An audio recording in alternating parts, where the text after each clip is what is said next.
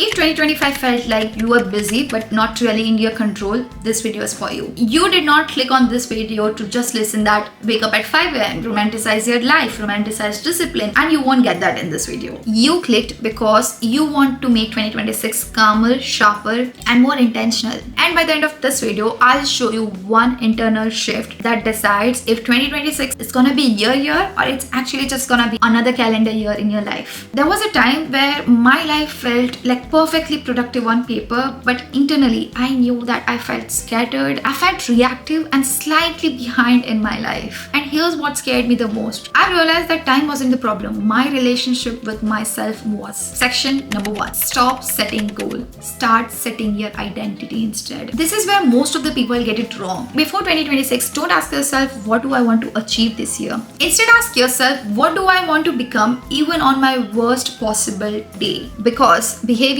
psychology says us that your brain protects your identity even before your outcomes. If you say that I want to save money, but in your mind you're constantly saying that I am bad with finances, that is going to subconsciously always affect you, and your brain will subconsciously sabotage you to stay familiar with the identity he knows. So before 2026, I want you to pick 3 identity statements, not goals, 3 identity statements. It can be something like, I'm a woman who keeps self-promises to herself. Second can be something like, I'm emotionally regulated under pressure. Third can be, I am financially calm and not impulsive. I do not make impulsive purchases. I am very intentional with my money. How does that sound? You don't really force habits after this. You intentionally align with that identity shift. So remember, identity is greater than goals. The way you think about yourself matters more than your goals. Section number 2. Design your life for low dopamine and not high motivation. And here's the part nobody talks about, that motivation is a dopamine spike. Right now, you are seeing this video, you are really motivated, your dopamine has a spike. But tomorrow, when you forget about this video,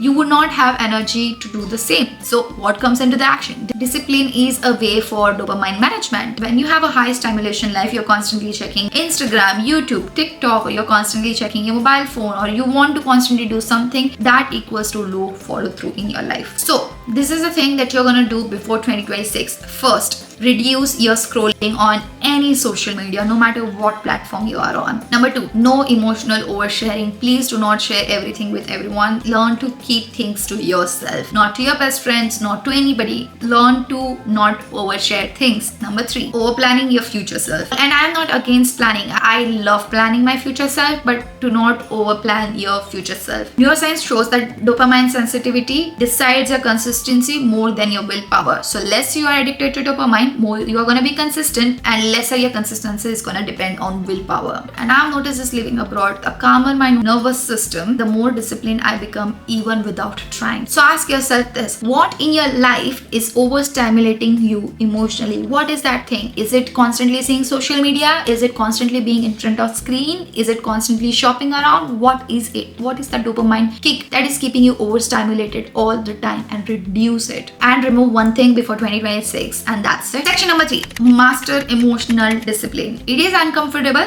but it works. This might feel very uncomfortable, but it has changed my life. What is emotional discipline? First, not reacting immediately. Do not take impulse decisions. Secondly, do not explain yourself unnecessarily to anyone. If someone's having a wrong idea about you, that's okay. You do not need to over-explain yourself. That's fine. Third, sitting with discomfort without distraction. If you feel that while doing something you need a screen behind, please try to not have a screen behind and focus on the task that you are doing. Psychology calls this distress tolerance, and that is going to be your foundation for self-trust. So in 2026, you want to practice this. When something triggers you, at least wait for 24 hours before responding to that particular situation. You will be shocked how much power returns to you when you take your time and take a wise decision of how you want to react to that particular situation. Section number 4, create a very boring system for money and habits. If your already existing system need motivation, then they are broken. High functioning people do not rely on mood, they rely on this boring systems. So before 2026, Automate savings, even if the savings are small. Secondly, fix one non-negotiable habit. It can be sleep, movement, or planning. I want to sleep either by 10 or by 11. I want to at least walk 10k steps, whatever it is. Fix one thing. Thirdly, remove decision fatigue. It can be by choosing your wardrobe collection. It can be by either meal prepping and knowing exactly what you're gonna eat on what time of the day. It can be either having your snacks ready with you. It can be literally having the same old decisions and repeating over and over again and not stressing on the decisions which are not important to you. You better take your energy and spend it where it is needed. So reduce decision fatigue by choosing and being that boring person who's willing to eat the same food or wear the same clothes or maybe plan it structurally to have different things. This is behavioral economics. Fewer decision equal to better discipline. I stopped asking, do I feel like it, and start asking, is it already decided? Yes, then I have to do it. Whether I feel like it or not, I'm gonna do it. This one shift will save you your mental energy you don't even know which you are losing. Lastly, the internal shift. Remember the shift I mentioned in the beginning? Here it is. Stop trying to become a better version of yourself. Start becoming a regulated, self-trusting version of yourself. 2026 won't change because you want anymore, but it will change because you're gonna react less. You decide once and you follow it through. You trust yourself more than the motivation. And what happens then? Life feels quieter and oddly more powerful. You don't need to overhaul your life. You need to stabilize your internal environment. And that's how discipline is built.